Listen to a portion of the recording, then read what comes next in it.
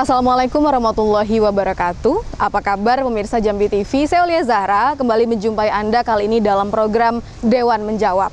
Ya pemirsa, legislatif menjadi salah satu unsur pemerintahan yang juga menentukan arah pembangunan di suatu daerah. Nah, di Kabupaten Batanghari, pimpinan Dewan yang diketuai oleh Bapak Haji Muhammad Mahdan Eskom. Dan saat ini saya sudah bersama dengan beliau akan berbincang banyak mengenai bagaimana pembangunan ataupun apa saja program yang sudah dilaksanakan untuk masyarakat Kabupaten Batanghari dan apa rencana ke depan mungkin yang sudah dilakukan Dewan bersama dengan eksekutif di Kabupaten Batanghari dalam hal untuk mensejahterakan masyarakat Kabupaten Batanghari ke depan. Saya akan sapa dulu beliau. Selamat pagi. Assalamualaikum warahmatullahi wabarakatuh Pak Mahdan. Waalaikumsalam warahmatullahi wabarakatuh. Sehat hari ini? Alhamdulillah. Sehat. Ya, sebelumnya terima kasih waktunya hari ini Pak Mahdan berbincang bersama Jambi TV. Sedikit tadi saya tinggung di depan, sepertinya akhir-akhir ini Dewan Batanghari sedang gencar-gencarnya turun langsung ke lapangan ya Pak ya, bertemu dengan masyarakat dalam agenda Musrenbang Kecamatan, kalau tidak salah Pak Mahdan. Sebelum hasil, saya mau tanya dulu apa agenda turun di lapangan itu Pak? Baik. Jadi salah satu tupoksi kita ialah menyerap aspirasi dari bawah. Nah, bahwa agenda kita tahun 2017 adanya Musrenbang Kecamatan yang didahului oleh Musrenbang Des tahun 2016. Maka momen ini ya saya perintahkan kepada seluruh anggota Dewan untuk ikutin perdapil masing-masing, jangan disia-siakan. Karena melalui momen Musrenbang Kecamatan inilah kita mengetahui apa sih yang merupakan kebutuhan masyarakat di pembangunan di desa maupun di kecamatan yang mereka ikutin musrennya. Sehingga ini akan kita bawa ke kabupaten pada saat pembahasan RAPBD tahun 2018 nanti. Baik, berarti karena sudah turun ada yang dibawa, ada aspirasi yang sudah diambil dari masyarakat di tiap-tiap daerah di Kabupaten Batanghari. Hasilnya apa Pak Mahdan? Oh ya, alhamdulillah. Kemarin kita sudah melaksanakan Musrenbang Kabupaten yang merupakan musyawarah yang menentukan hasil dari Musrenbang Kecamatan. Ada beberapa hal pokok yang menjadi masukan bagi kami dari bawah, yaitu pertama di bidang infrastruktur, bahwa seluruh masyarakat memohon atau meminta kepada kita agar memperjuangkan infrastruktur yang ada di wilayah mereka. Masih menjadi di mana-mana lah ya, kalau infrastruktur ya Pak. Nah, infrastruktur ini terutama kepada bidang jalan dan jembatan, karena muatan, kemudian hasil produksi, hasil sumber daya alam yang semakin hari semakin meningkat, ini akan mempengaruhi kualitas, benar. Ya.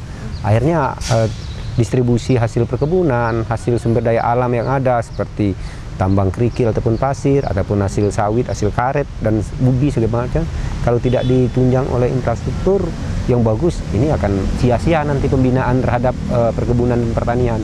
Merata itu Pak masalah infrastruktur di semua wilayah di Batanghari?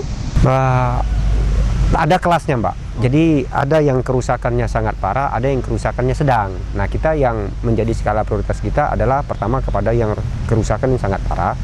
Kemudian yang kedua, yang menjadi bisa menghubungi beberapa desa, bukan satu desa. Ini menjadi pokok pikiran kita kemarin. Berarti jembatan kalau itu ya mungkin? Jalan juga. Ada yang jalan sebenarnya menghubungi lebih dari 3 desa, dan ini menjadi pokok kita. Karena daripada kita mengejar yang satu desa kan masih dapat diantisipasi mungkin lewat sungai ataupun ya jaraknya terlalu dekat. Oke, baik. Kita lebih fokus ke jalan berarti Pak untuk pertama ini. Nah, ini kan tidak gampang ya juga untuk mengalokasikan dana untuk pembangunan jalan karena ada proses-prosesnya dulu sebelumnya Pak ya. Perencanaannya dulu dan masuk di anggarannya dulu. Nah, bagaimana nantinya DPRD Batanghari menyampaikan kepada eksekutif kah itu atau mungkin bisa langsung ke Kementerian PU untuk merealisasikan aspirasi masyarakat khususnya di infrastruktur ini Pak? Baik.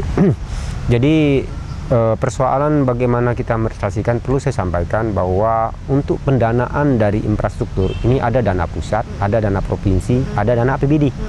Nah, bicara kepada dana pusat, kita tahu bahwa ada dana DAK, dana alokasi khusus, yang dikhususkan untuk percepatan pembangunan infrastruktur. Setiap provinsi, setiap kabupaten mendapat itu.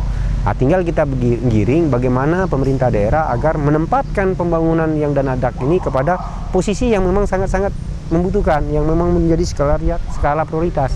Nah itu kalau dana DAK-nya. Berkenaan dana provinsi, ya kita meminta juga kepada provinsi agar juga mengkucurkan dananya kepada infrastruktur yang ada di Kabupaten Batanghari. Yang nama juga minta yang terbatas, karena provinsi banyak anaknya. Tetap mendorong terus ya. Kita dorong dong.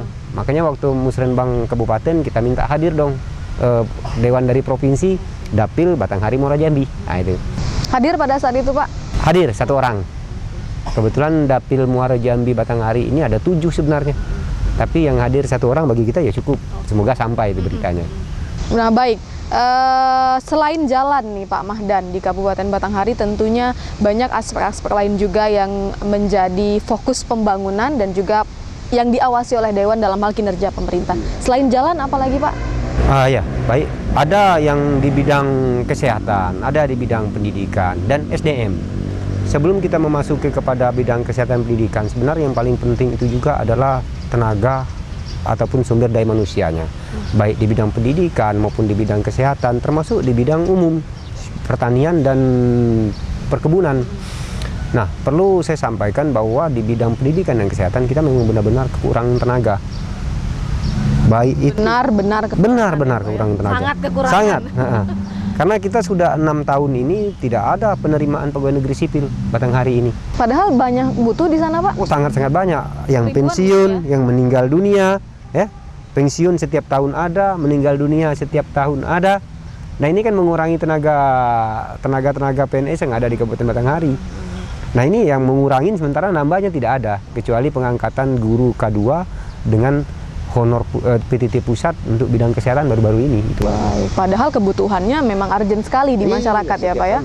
Oke, lalu solusinya seperti apa ini untuk agar masyarakat tetap dilayani kesehatannya, pendidikan di sana tetap berkualitas, seperti apa Pak?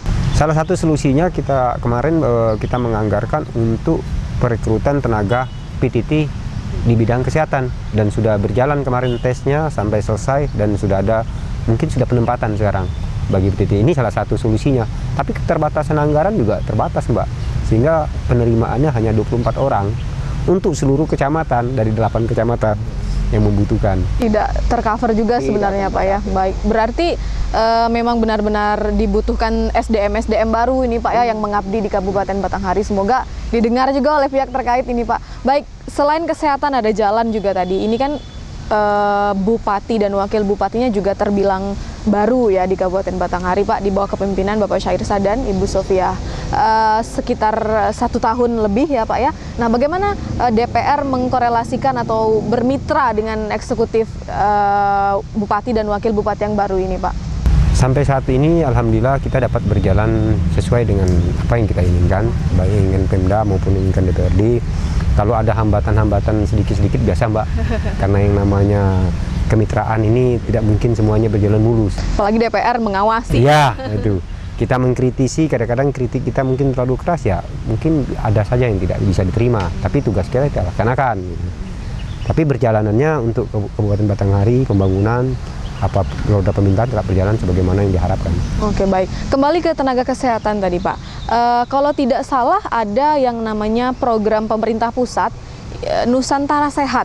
Nah ini bagaimana aplikasinya di Kabupaten Batanghari Pak? Ya, kita juga mendengar ini program pemerintah pusat berkenaan dengan Nusantara Sehat.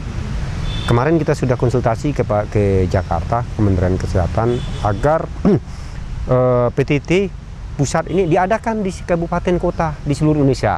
Ya, kalau kita Batanghari berarti kita mengatasnamakan Batanghari. Kan PTT pusat ini dari dana pusat ini sudah berapa tahun tidak ada lagi nih. Nah, rupanya kita tahu bahwa ini diganti dengan program pemerintah pusat yang diberi nama Nusantara Sehat. Ya, Nusantara Sehat. Tapi ketika kita tanya bagaimana peluang Batanghari, Batanghari tidak memperoleh. Alasannya kenapa Pak? Nah, karena program tersebut diperuntukkan kepada daerah-daerah perbatasan dan provinsi-provinsi yang di timur. Makanya kita juga sangat menyayangkan. Padahal sebenarnya butuh ya Pak ya di Batanghari ya. Ya, sehingga sampai saat ini kita dapat data waktu kita konsultasi ke Jakarta bahwa peminatnya masih kurang nih dengan program Sentra Sehat yang dianggarkan 6.000 PTT untuk disebar di ini ya untuk bidan dan dokter 6.000 PTT yang diletakkan di seluruh Nusantara bahasanya. ternyata ini untuk di daerah perbatasan, untuk provinsi terpencil. Nah, saya sangat-sangat sebenarnya ya sangat kecewa dengan program Nusantara Sehat. Sebenarnya maunya Bapak tuh seperti apa di program Nusantara Sehat ini? Kita pengennya, walaupun mungkin yang menjadi skala prioritas adalah daerah perbatasan, provinsi terpencil, tapi setidaknya pemerintah pusat juga tetap mengadakan alokasi untuk PTT kesehatan di setiap provinsi. Awalnya saja mungkin volumenya berbeda dengan daerah perbatasan, kuotanya yang daerah perbatasan mungkin lebih banyak, kita sedikit nggak apa-apa, kita terima. Bukan berarti kita tidak terpencil, tidak membutuhkan tenaga itu ya Pak ya. Oke, baik. Kita sambung di segmen berikutnya, kami akan break sejenak pemirsa, jangan kemana-mana, tetap di Dewan Menjawab.